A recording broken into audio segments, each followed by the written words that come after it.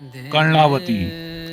जुलाई 1631 में अल्मोड़ा युद्ध में महाराज महिपति का देहवासन हो जाने के पश्चात उनकी पत्नी कर्णावती ने अपने पुत्र युवराज पृथ्वीपति शाह के वयस्क होने तक गढ़वाल राज्य का शासन संभाला था। इन्होंने मुसलमान सेनानायक दोस्त बेग मुगल के परामर्श पर अपनी आज्ञा का उल्लंघन करने वालों की नाक कटवा देने की प्रथा शुरू की थी।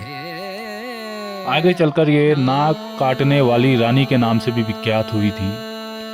उन्होंने शाहजहां के शासनकाल में नवाजत खां के नेतृत्व में भेजी गई मुगल सेना को गढ़वाल के मोहल चट्टी में बुरी तरह पराजित किया था।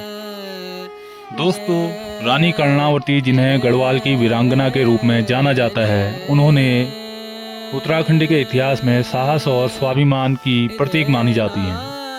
वे गढ़वाल के राजा महिपति शाह की पत्नी थी।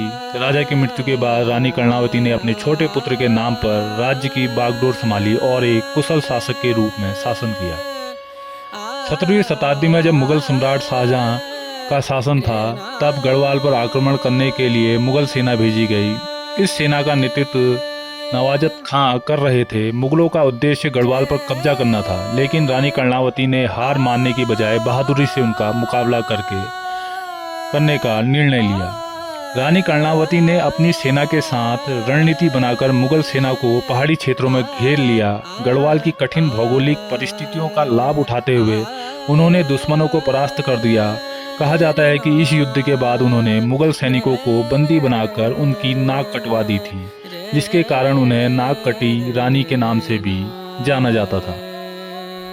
इस विजय ने रानी कर्णावती को इतिहास में अमर बना दिया। उन्होंने यह साबित किया कि एक महिला भी अपने साहस, बुद्धिमत्ता और नेतृत्व से बड़े बड़े साम्राज्यों को चुनौती दे सकती है। रानी कर्णावती का जीवन हमें सिखाता है कि सच्चा साहस और देशभक्ति किसी भी कठिनाई को परास्त कर सकती है। तो दोस्तों, यह थी रानी कर्णावती पर एक संक्षिप्त परिचय उनका।